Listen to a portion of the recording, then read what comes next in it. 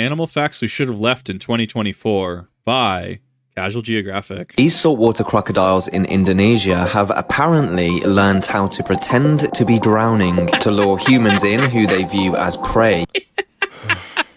I'm gonna call this Animal Facts We Should Have Left in 2024, because after this, I will not be speaking on this anymore. So this video went viral for obvious reasons. Sure. I really thought it was a joke, but from the comments and the sheer volume of people that tagged me, I guess not. So yeah, they're not pretending to drown. But the truth might actually be worse. You see these tiny dots, these pits on the crocodile? Well, they're pressure sensors, and a microdose trypophobia means a prehistoric sawtooth sledgehammer can detect the smallest vibrations in the water. A butterfly can go skinny dipping, and the oversized assault gecko can pinpoint its exact location. In fact, it's scientifically proven. You could blindfold a crocodile in a sensory deprivation tank and drip a leaky faucet's worth of water. They'll know exactly where it's coming from. Their jaws are more sensitive than fingertips, and it's why you can get away with this until a drop of sweat hits their mouth and you get your melon split like Fruit Ninja. It's also why if you see this, be wary. That's a pre-typed obituary. In especially murky water, a crocodile will basically T-pose with a side of spirit fingers to maximize their sensitivity to any disturbances, and any fish in its hitbox gets filleted. So yeah, you got a plus-size sentient snare trap beast breathing like a Inosuke, but this armored demon's the only one slaying. So that could be what's happening here. Or maybe the croc caught a body and just won't let go. Or he could just be dead, but definitely not pretending to drown. I mean, that would imply that someone witnessed the same living plot armor that disregarded 2 extinctions in water and tried to be a hero, and apparently did it enough times for the crocs to catch on. And it's not like crocs are stupid. Mugger crocodiles have been recorded using twigs and sticks to bait nest-building birds like egrets into getting close enough to get fouled. Some Cuban crocs have been trained to respond to commands and even come running when called by name. Oh yeah, I didn't know I needed that in my life. Something literal prehistoric dinosaur just running, galloping across the screen. I didn't know I needed that. That is both amazing and terrifying. They can run, by the way. Crocodiles have also been known to work as a team, where a researcher witnessed one scare a pig into a lagoon directly where 2 others were waiting. Hell, they even warn you in Australia to never camp or get water from the same place more than twice, because a croc will really recognize the pattern, memorize your routine, and then be right there to cancel your life subscription the next time. So yeah, for a brain in the weight class of a walnut, crocs aren't dumb, but sympathy baiting? That's a Bikram yoga stretch, and what surprised me the most was just how many articles reposted that video repeating it. Like, they really have people out here thinking reptiles unlock the power of manipulation. Now, to be fair, that might seem obvious to you, but to someone who doesn't yap about animals for a living, or, you know, watch them, seeing it in an article could be all it takes, and like a verbal virus, it doesn't take much for it to spread. So, for the sake of my mental health, I'm working with ground news. Because if I have to argue with one more comment, I'm gonna lose something. My mind, my fans, my freedom, it might get critical. Ground news. Dude, I feel that though. Like, oh god, oh, I feel that. Yeah. that hit me on a deep and spiritual level. that was the emotional haymaker that I needed. Is an app and website made by a former NASA engineer who saw a very real problem with the way information can be used as a weapon, and how news outlets often feed on folks' biases.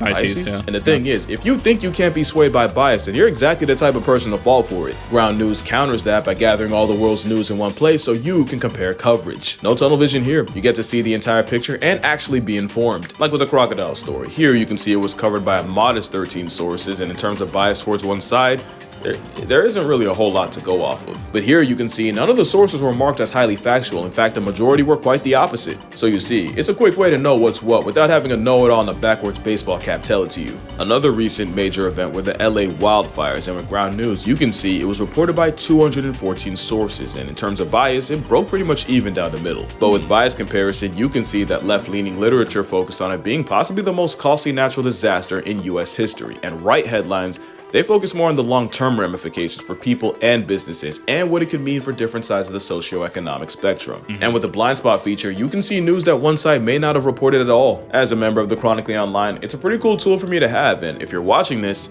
you probably are too. So if you use my link, you'll get 40% off the same top tier less than $5 a month Vantage plan I'm using. Make sure you go to groundnews.com/casualgeo or scan the QR code on screen to subscribe. But until you do, I'll just tell you, they're not pretending to drown. They're smart, they're not that smart. Like I said, these stories.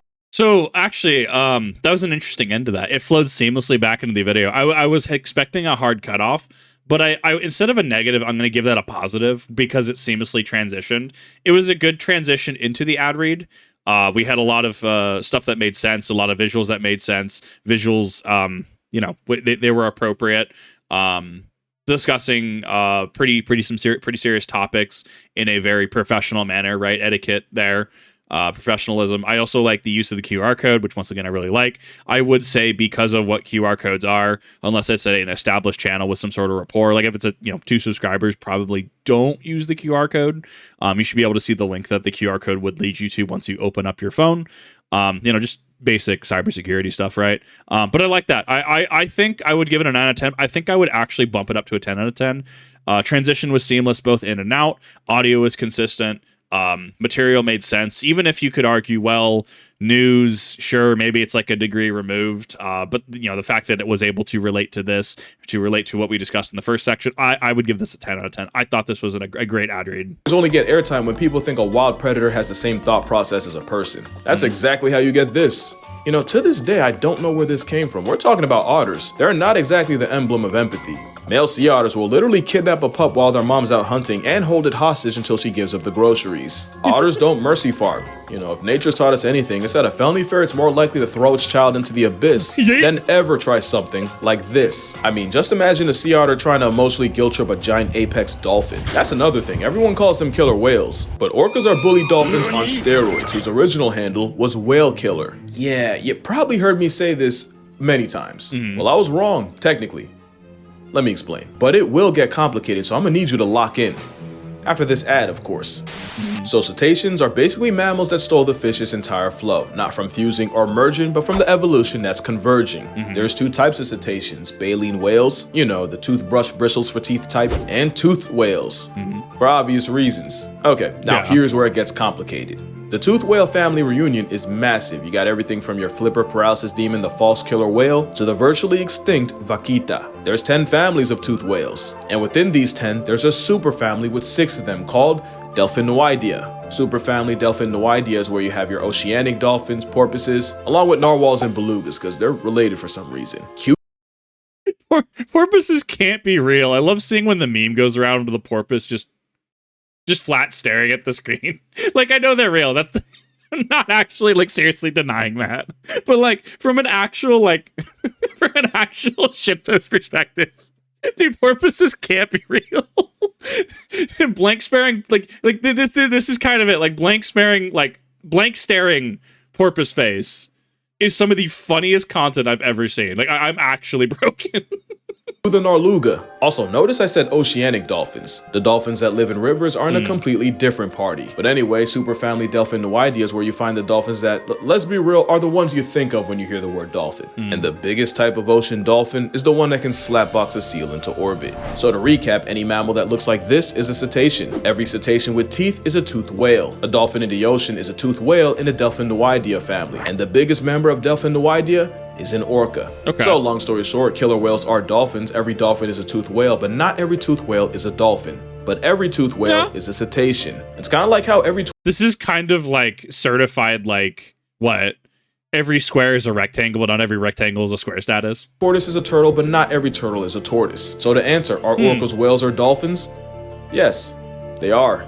By the way, let me know if you want a full video on that, because that was probably mad confusing. Because being an animal nerd long enough is realizing names really don't mean a thing. Except here, Black Panther is not an animal. You might be tired of hearing it. Well, I'm tired of saying it. And when I say not an animal, I mean if you go on the section regarding porpoises, dolphins, etc., killer whales, I would absolutely love a video on that. I would love a video breaking down the actual I don't necessarily know if we go back to Kingdom Phylum class status, but right, maybe family, order, genus, species, something somewhere near the bottom, right?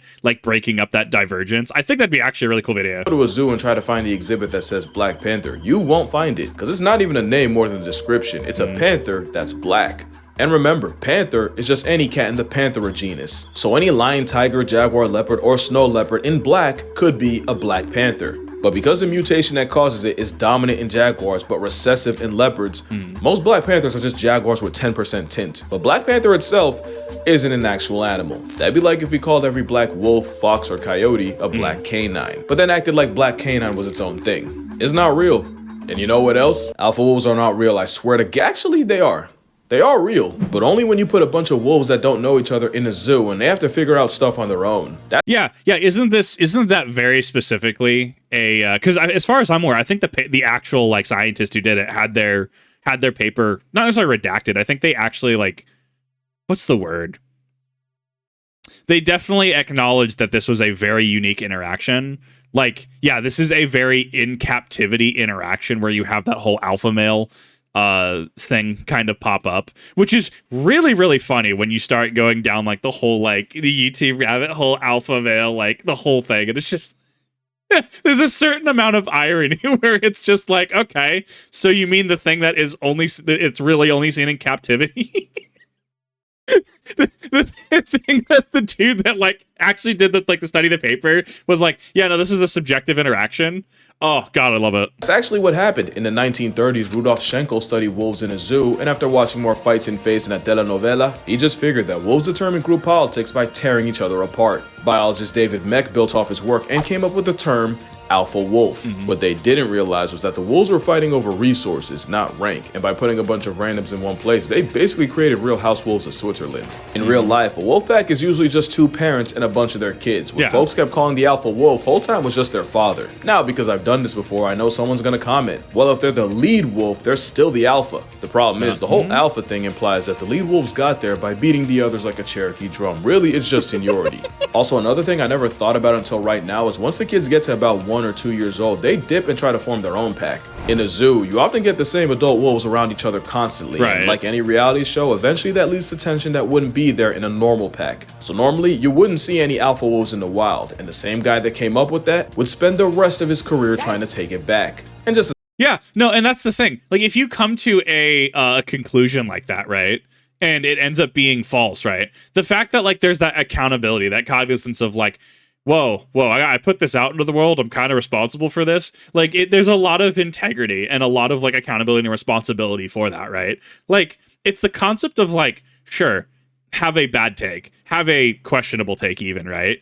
Like, even if you find that, yeah, this doesn't match my worldview down the line, like, and just taking accountability and responsibility for that, right? Like, there's a lot of respect to be gained there. Like, I love every time I hear about this because it's so funny because there's so many people that misquote it, right? Like, I'm not even a specialist on this, right? This is just stuff I've, like, heard through osmosis, right? Clearly, Casual Geographic knows what he's talking about. You should listen to somebody with far more experience, specialist knowledge, who's clearly an expert, where I'm not, fully admitting, hi, I'm not the expert, I'm not the specialist. Listen to someone who's an expert or specialist and has a lot more information than I do, right?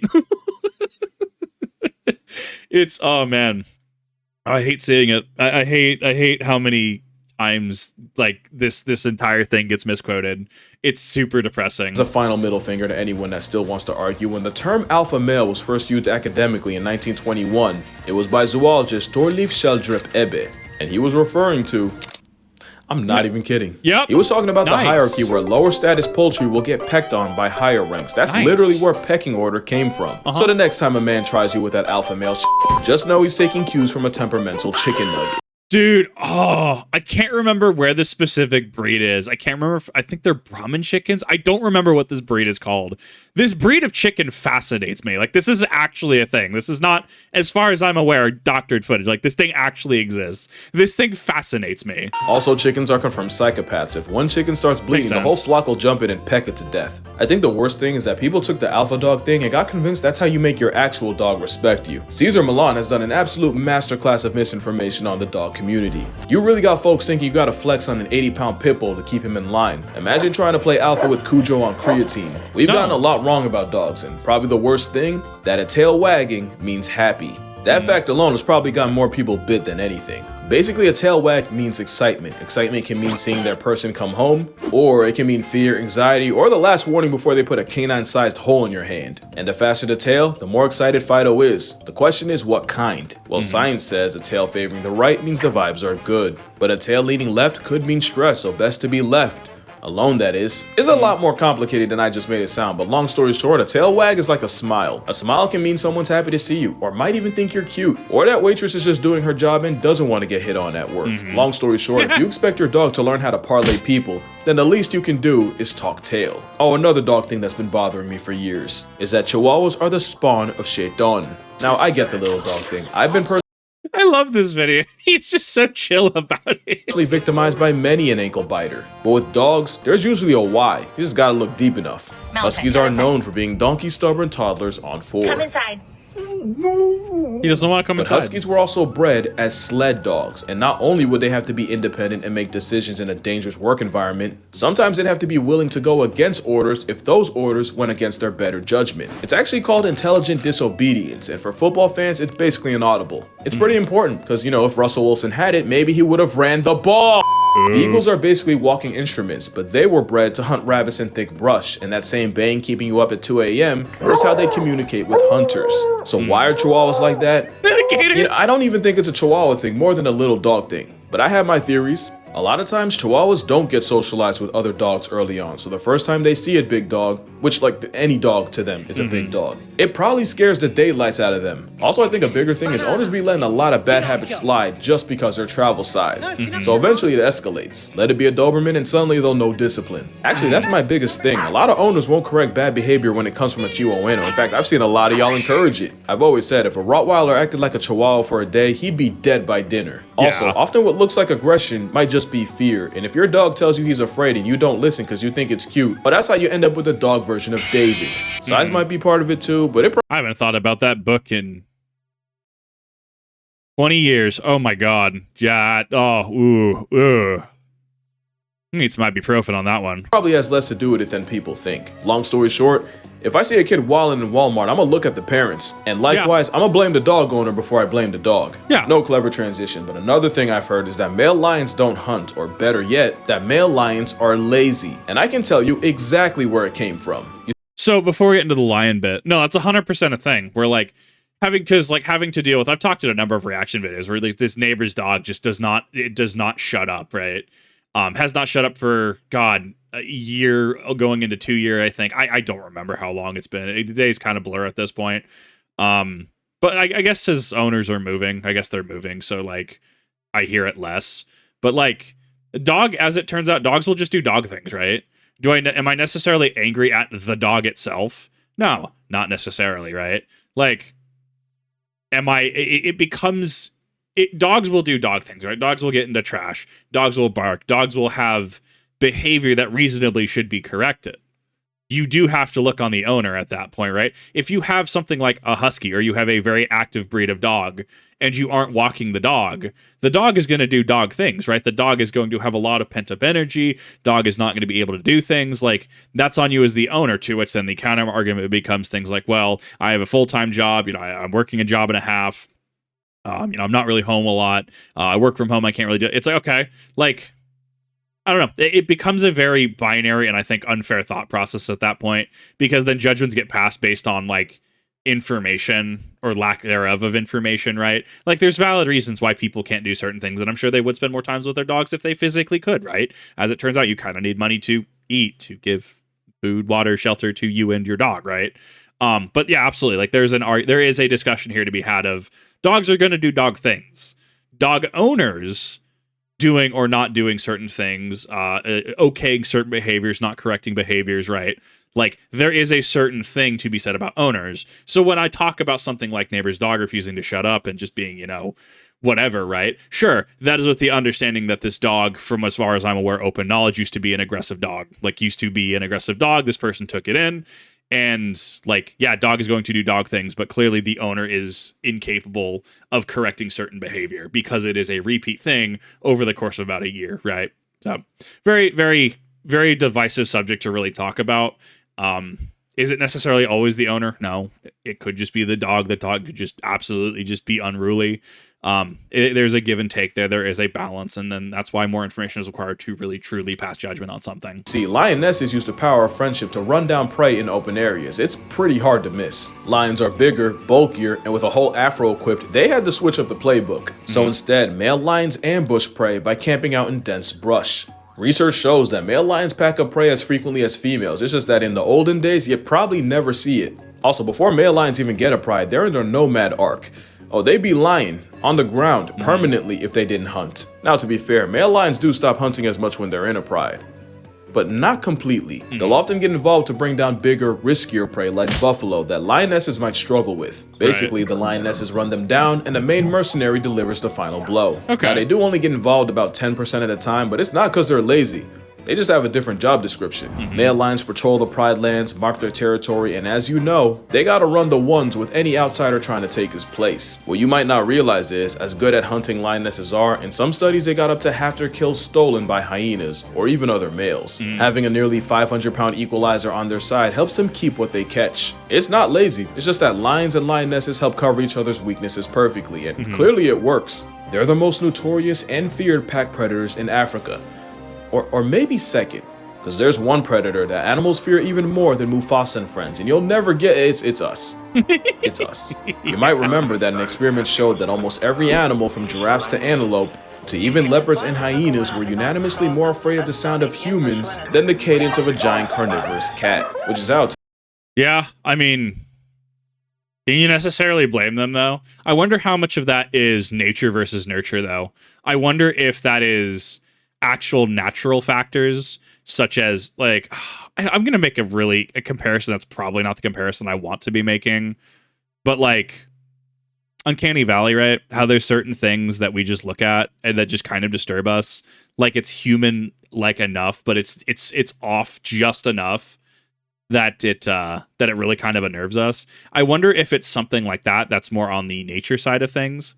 But that's also assuming that Uncanny Valley is strictly there's actual psychologists who could actually probably do an entire piece on this. Probably have done pieces on this that I'm just unaware of. Versus a nurture thing, deforestation, losing habitat, poaching, etc. I wonder how much of this is nature versus nurture. To this day, I still don't understand how this went viral. Or at least I didn't, because not only did I find out where it came from, I think I was wrong, kind of, technically. Let me explain. So, in 2017, college student Julia Haas posted a tweet saying elephants basically see us the same way we see puppies. Now, ignoring the part of the population that's terrified of dogs, the fact loses steam when you realize she got it from Tumblr. It's more likely that one of the smartest creatures alive see us as predators, but not their babies. Remember, it's proven that baby elephants that play the most grow up into more well-adjusted adults. It's why you'll see a baby-faced boulder chase around birds, dogs, and anything in between. So here's what I think happened. Baby elephants will treat humans like any other animal. Difference is, humans might be the only animal that'll see an 1,800-pound toddler barreling towards them and welcome it. Right. In fact, the premature pachyderms probably realize that a hairless bipedal ape gives them the best response. So it's not really that elephants think we're cute, it's that baby elephants think everything's cute. Right. Us included. And I'd bet that's where all the videos of 1-ton 2-year-olds manhandling people came from. And I wouldn't even believe that if I didn't nearly become one of them. Right. Yeah, I went all the way to Chiang Mai to get bullied by an elephant's child. No, he did do a video on this. We've reacted to this, as well as this video is great. I absolutely recommend you go check it out. And I do it again. I actually made a video where I talk about it, along with why playing with one could be a bad time for literally everyone involved. You might not have seen it because apparently the YouTube lords did not care for that video. Really? Probably because I talked about certain topics. If you know, you know. But if you don't, definitely give it a watch. I don't usually plug after I post, but I'm proud of that one. But that's gonna do it for this video. Make sure you drink water, hug your mother, touch grass. It's good for you. And I'm gonna see y'all in, well, hopefully in this one, but if not, I'm gonna see y'all in the next one. It was a really good video. That's unfortunate that it really wasn't received well. Because, I mean, like, it's actually getting recommended to me right here, right? It's sitting at 1.1 versus 5.5. 1.5 here. I don't know. The YouTube algorithm works in strange ways. As somebody who, looks at my metrics, as somebody who looks at other people's metrics, as somebody looks, sees what gets popular, what doesn't get popular, etc. Right? Like, the YouTube algorithm is strange. But it was a very good video. I absolutely recommend that you watch it. We also do have a reaction to it if you haven't watched that or are curious on that as well. I thought it was an incredibly well put together piece. I thought a lot of things were discussed in a really professional and proper way. I think that a lot of YouTubers could take notes from how he handled certain things in that. But definitely go ahead and check out Casual Geographic. These are really cool. I love learning new things. I love learning random things. I do like the accompanied bits during the chicken bit, right? We had what was it, Lon Lon Ranch from Ocarina of Time. We had Smash Bros during the lion bit, right? I mean, it's so cool. It's so cool to see some of these things. Just how it's put together. He absolutely deserves the success that he has, and I love these videos. Thank you everyone for watching. See you in the next one.